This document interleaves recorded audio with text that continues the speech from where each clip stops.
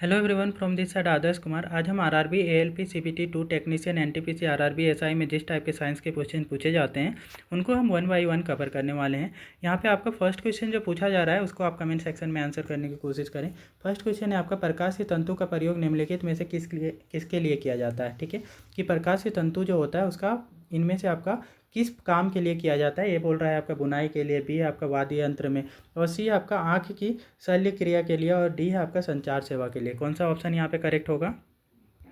प्रकाशीय तंतु का उपयोग आपका संचार सेवा के लिए किया जाता है। ऑप्शन नंबर डी इसका करेक्ट है। ठीक है, अगले क्वेश्चन में आते हैं। तो नेक्स्ट यहाँ से पूछा जा रहा है, प्रकाशीय फाइबर का सिद्धांत पर आधारित कार्य करता है। ठीक है, प्रकाशीय फाइबर का जो सिद्धांत है किस घटना पर आधारित कार्य करता है। ए बोला जा रहा है अपवर्तन, बी है आपका परिकर्णन, सी है आपका व्युत्कीकरण, और डी है पूर्ण आंतरिक परावर्तन। कौन सा यहाँ पे सही आंसर है?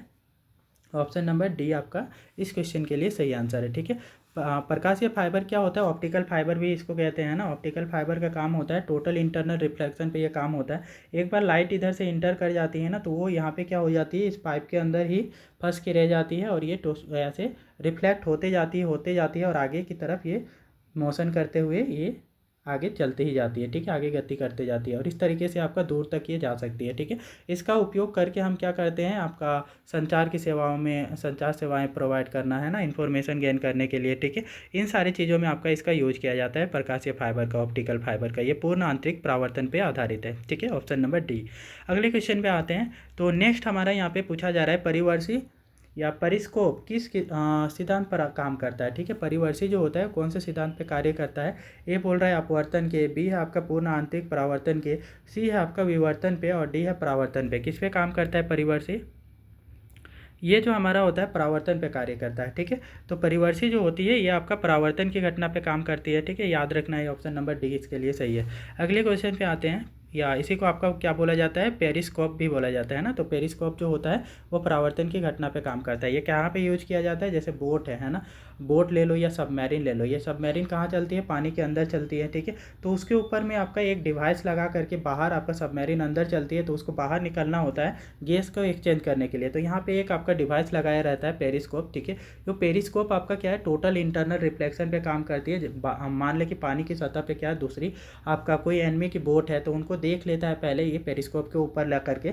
उसके बाद में यहाँ से आपका मान लो कि इधर आपका कोई एनिमी की बोट है। ठीक है, तो उसको पहले देख लेगा ये पेरिस्कोप से। उसके बाद में क्या करता है कि कोई एनिमी की बोट नहीं है तो फिर निकलता है और एयर का एक्सचेंज करता है, फिर अंदर चली जाती है सबमरीन। ठीक है, तो ये हमारा पेरिस्कोप में आपका कौन सी घटना पे आधारित होती है? पेरिस्कोप की डिवाइस आपका परावर्तन पे काम करता है। ठीक है, तो ऑप्शन नंबर डी इसके लिए सही है। अगले क्वेश्चन पे आते हैं। तो नेक्स्ट यहाँ से पूछा जा रहा है, निम्न में से कौन सा सदा उस वस्तु की छोटी और छवि बनाएगा जो उसके सामने रखी जाए। ठीक है, तो आपका है कि इनमें से आपका चार हैं दर्पण, है ना, दर्पण और लेंस है। तो इनमें से कौन है जो आपका हमेशा ही छोटा प्रतिबिंब बनाता है। ठीक है, जो भी ऑब्जेक्ट उसके सामने रखते हैं, जो भी वस्तु उसके सामने रखते हैं, उसका छोटा प्रतिबिंब हमेशा ही बनाएगा। ये बोल रहा है आपका समतल दर्पण, बी है आपका उत्तल दर्पण, सी है आपका उत्तल लेंस, और डी है उत्तल दर्पण। कौन सा यहाँ पे सही आंसर होगा जो हमेशा छोटा प्रतिबिंब बनाता है? तो ये उत्तल दर्पण होता है। ठीक है, उत्तल दर्पण के सामने क्या होती है कि आप कोई सा भी ऑब्जेक्ट रख दें, वो उसका हमेशा क्या करता है, वो छोटा इमेज बनाता है, छोटा प्रतिबिंब बनाता है। ठीक है, ऑप्शन नंबर बी। अगले क्वेश्चन पे आते हैं। तो नेक्स्ट यहाँ से पूछा जा रहा है, किसी वस्तु का आवर्धित और आभासी प्रतिबिंब प्राप्त करने के लिए प्रयोग किया जाता है। ठीक है, कोई सी वस्तु है उसका आवर्धित मतलब बड़ा और आभासी, है ना, आभासी प्रतिबिंब निकालना है, तो आपका कौन से दर्पण का या कौन से डिवाइस का यूज करेंगे। ए बोल रहा है आपका समतल दर्पण, बी है आपका सब उत्तल दर्पण, और सी है अवतल दर्पण, और डी है आपका अवतल लेंस। कौन सा सही आंसर होगा? कौन से डिवाइस में, कौन से दर्पण में या लेंस में जो आभासी और आवर्धित प्रतिबिंब बनता है? तो ये अवतल दर्पण होता है। ठीक है, अवतल दर्पण में भी कौन सा कंडीशन में, जब आपका फोकस और ऑप्टिकल सेंटर पोल के बीच में, मिरर का जो पोल है उसके बीच में रखते हैं, तब जा करके क्या होगा कि ऑब्जेक्ट का आभासी और मैग्नीफाइड मतलब बड़े साइज का ऑब्जेक्ट बनता है। मान ले कि ये आपका ऑब्जेक्ट है छोटा सा। ठीक है, तो इसका रिफ्लेक्शन के बाद में क्या बनती है कि ये बड़ा साइज का इमेज बनता है। ठीक है, तो कुछ इस प्रकार से इसके पीछे बनेगा और मैग्नीफाइड बनेगा, मतलब आवर्धित बनेगा। ठीक है, ऑप्शन नंबर सी इसका सही है। अगले क्वेश्चन पे आते हैं। तो नेक्स्ट यहाँ से पूछा जा रहा है, अंतर्दर्शी एक ऐसा यंत्र है जो अमाशय के अल्सरों का पता लगाने के लिए प्रयोग किया जाता है। ठीक है, अंतर्दर्शी का उपयोग किसके लिए किया जाता है? जो अमाशय में अल्सर हो जाते हैं तो उसका पता लगाने के लिए किया जाता है। ठीक है, इसमें एक बल्ब संकीर्ण नलिका होती है, ठीक है। इसमें एक क्या होती है, लंबी संकीर्ण नलिका होती है ना, एक लंबा सा आपका क्या होता है, इसमें संकीर्ण नलिका होती है, जिसके एक सिरों पर छोटा चमकीला बल्ब होता है, ठीक है। और इसमें आपका क्या लगाया जाता है, एक छोटी नलिका होती है जिसमें छोटा सा एक बल्ब लगा करके अमाशय में मुंह के द्वारा निविष्ट किया जाता है ना। हम माउथ में आपका माउथ की हेल्प से क्या करते हैं, अमाशय तक इसको ले जाते हैं, ठीक है, अंतर्दर्शी को। इसमें क्या अंतर्विष्ट है, तो इसमें आपका क्या चीज़ ऐसा लगा रहता है, ठीक है, वो बताना है ना, जिसकी वजह से हम देख पाते हैं कि अंदर हमारे जो है अमाशय में अल्सर हुआ है या नहीं हुआ है, ठीक है। तो ये अंतर्दर्शी में आपका ऐसा क्या चीज़ लगा होता है, ठीक है। ए बोल रहा है आपका छोटा धारा वहन तार, ठीक है। बी है आपका क्या, संकीर्ण नलिका में पानी भरा रहता होता है, ठीक है। जो ये नलिका जो आप माउथ के अंदर से, माउथ से हम अमाशय तक डालते हैं, उसमें आपका पानी भरा रहता है। बी आपका, सी है आपका क्या, प्रकाशीय फाइबर रेशा होता है।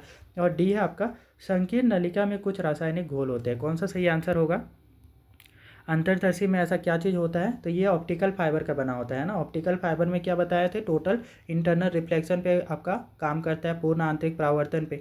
तो अंदर जो भी चीज़ है ना, जो भी आपका जो काम है, सॉरी, जो भी इंजरी है वो क्लियरली हम देख पाएंगे इसकी मदद से, है ना। तो ये टोटल इंटरनल रिफ्लेक्शन पे काम करता है इस वजह से, ठीक है। प्रकाश के फाइबर लगा होता है, ठीक है। तो ऑप्शन नंबर सी इसका करेक्ट है। अगले क्वेश्चन पे आते हैं। तो नेक्स्ट यहाँ पे पूछा जा रहा है, सूर्योदय और सूर्यास्त के समय वायुमंडल में ललिमा किस कारण छा जाता है, ठीक है। सूर्योदय और सूर्यास्त के समय में जो है ना वायुमंडल कैसा दिखता है, लाल लाल दिखता है ना। सूर्य जो होता है लाल लाल दिखता है, वो किस कारण से होती है, कौन सी घटना के कारण होती है, ठीक है।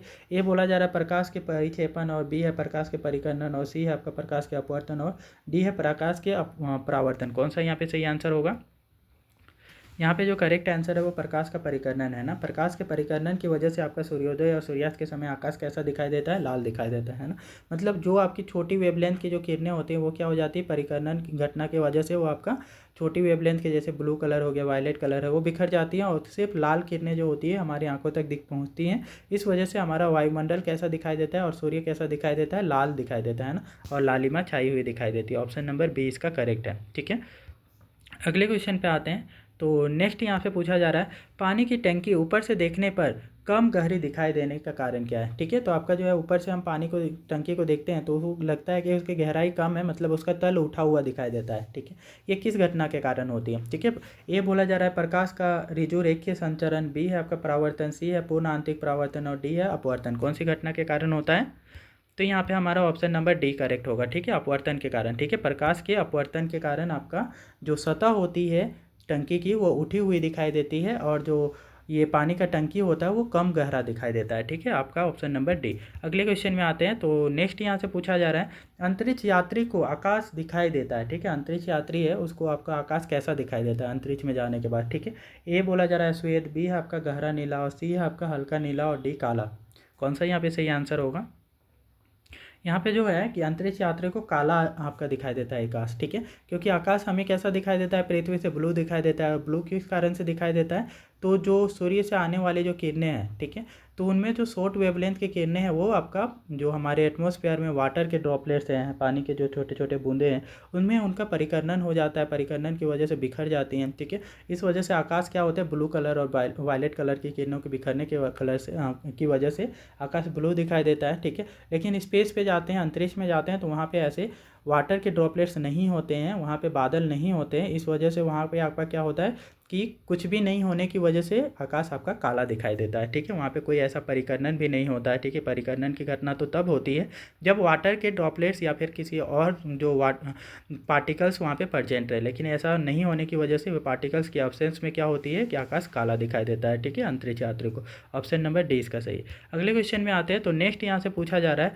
उस समय पूर्ण आंतरिक परावर्तन नहीं हो सकता जब प्रकाश, ठीक है, बोला क्या है कि कांच से होकर पानी में जाता है, और बी है आपका पानी से होकर कांच में जाता है, सी है पानी से होकर वायु में जाता है, सी है डी है आपका कांच से होकर वायु में जाता है, ठीक है। तो कौन सी ऐसी वजह है जिसकी वजह से आपका जो है ना पूर्ण आंतरिक परावर्तन नहीं हो सकता, ठीक है।